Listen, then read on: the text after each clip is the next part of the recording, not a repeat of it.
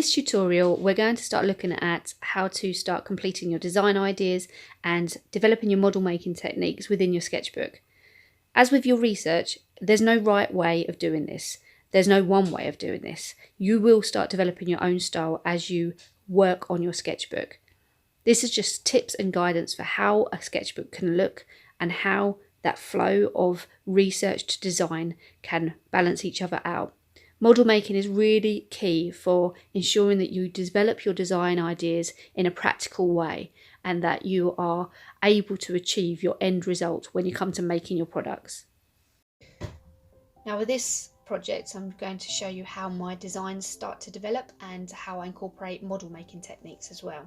So this again is still based on my beach bikini wear or beach inspired jewellery. Now you may remember in the previous tutorial I showed you this observational drawing of a shell. This is where it's used within my design ideas. So you can see straight away this is tracing paper, I traced from my observational drawing to give me that line drawing, and then you can see a clear progression from basic shapes to add in colour, add in other forms, and then what could be an end product.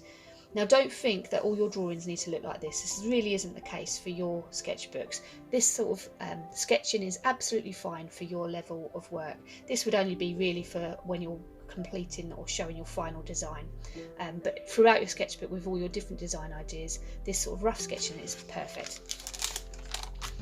Now you can see a sort of jump from different ideas. There's some familiar themes coming through, but actually it's about variation of ideas. You don't want to constrict yourself and have the same idea cropping up time and time again, but with slightly different colour or slightly different shape. So you want to show as much variation as possible. And again, make sure you add annotation, showing your own thoughts and feelings about your designs, and even suggesting ways that you might make it, what processes you could be using, what materials you might use, and what tools you might use. So here we can see I've started to add in orthographic projections to show what I couldn't show in my 3D drawing. So here it shows the two levels, a wooden piece and a metal piece. So you may start to do this within your initial ideas. You don't have to save it for your final design. If there's something that you wanted to communicate in your design, then feel free to add in orthographic projections as well.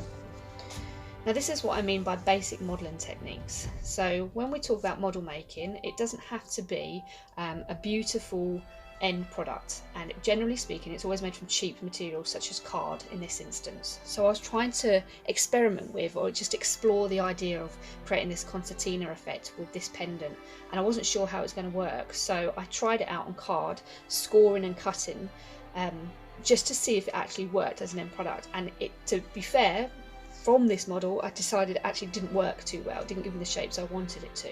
So it was a way of me eliminating an idea without having spent a lot of money and a lot of time of effort on silver to create the product that ultimately didn't work in the end.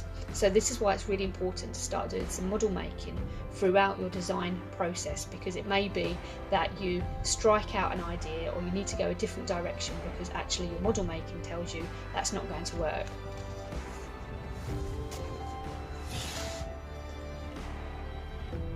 The other thing that you need to be working on, especially if you're working in a new specialism that we haven't covered in the previous booklets, is building up on your skill set. So these are photos of a little product I made just to have a go at some wood lamination, which was again a material that I wanted to experiment with within my jewellery making. So I needed to build that skill up and make sure that it was viable for an end product.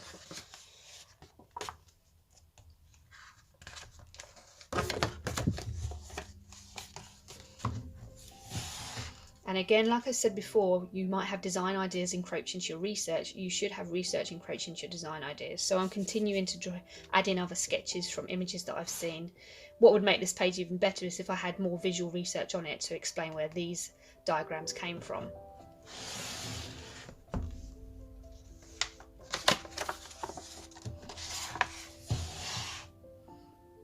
I mean, I haven't counted so far, but you can see that there has been a lot of different design ideas within your sketching.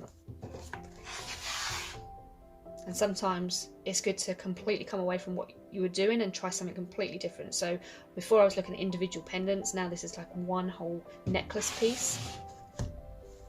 experimenting with different shapes entirely.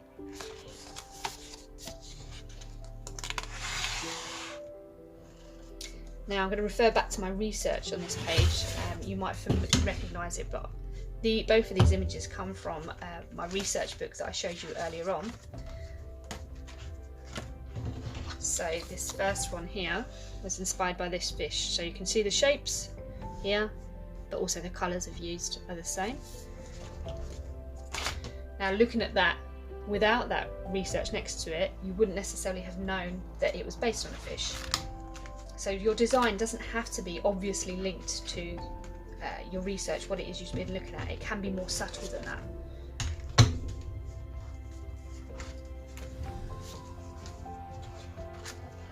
And then this pendant here is linked to these sketches that I've done here. You can see the shapes coming through.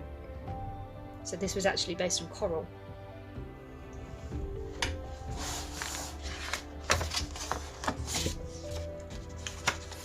So I'm starting to think about, again, how things would actually work and how I might construct them.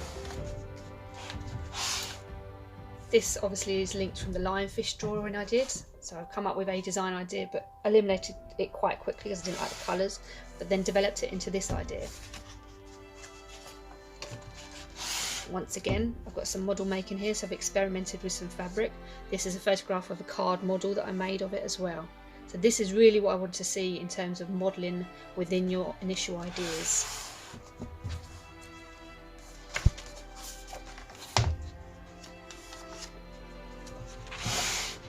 Again, more card modelling. This really gives me an idea of how the structure will work. It's all very well having a really well drawn 3D image, but you don't know without trying whether or not the materials will work in that way, whether you can shape them in that way. So this was another project where I started developing some initial ideas, experimenting with different materials, and adding in further research and testing and modelling. So again, notes from the pages that it's not all very neat, it's quite scrappy, and I'm playing with colour as I go.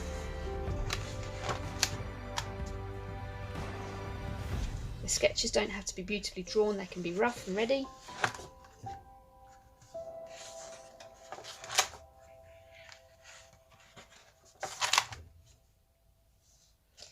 Here I'm starting to think about how I might use magnets within the designs, which was something I covered in my research sketchbook. Just experimenting with different shapes. So your design ideas don't have to be individual product designs. They can just be sketches that you might add into your design in some way. So these were just sketches of shapes that I might engrave or have added in as a resin within the jewellery piece. So you could have whole pages of just forms and shapes that don't actually create a product in itself, but can be used within your product design.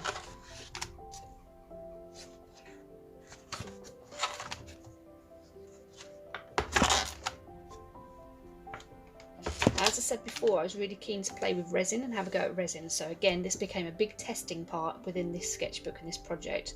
Resin's quite a tricky material to work with, especially the two-part resin.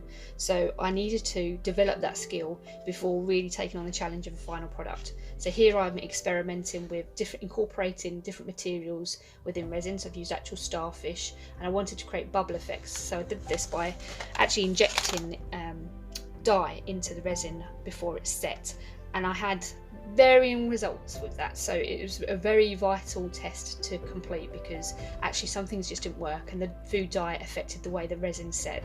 So by playing around and experimenting in this way, again, I was able to eliminate certain products without having wasted a lot of money and time and expense on my end product, which ultimately wouldn't have worked if I'd used these techniques. You can see in these images it creates little air pockets within the resin, so it doesn't set properly. It's good to add in photographs of you working with any materials, especially as well anywhere where you're having to employ health and safety techniques and precautions. So I'm wearing gloves, I'm wearing a mask, I'm wearing an apron, I'm in a ventilated area because I'm using a hazardous material. So I'd be keen as well to see within your sketchbook you observing, either you showing you working safely with tools, or even just writing on there how you have worked safely with tools, like I've done here.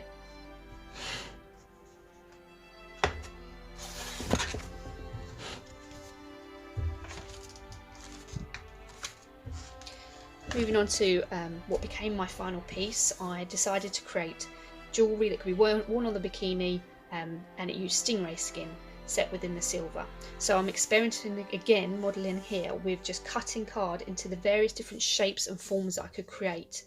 Now if I just started cutting this out of sheet metal and decided it actually didn't work, then that would have been a very, very expensive mistake. I'm exploring other materials as well that I could be using and incorporating within the jewellery. So even though I'm coming towards a final design, I'm still experimenting with tools, still completing further research on materials I'm going to be using as well.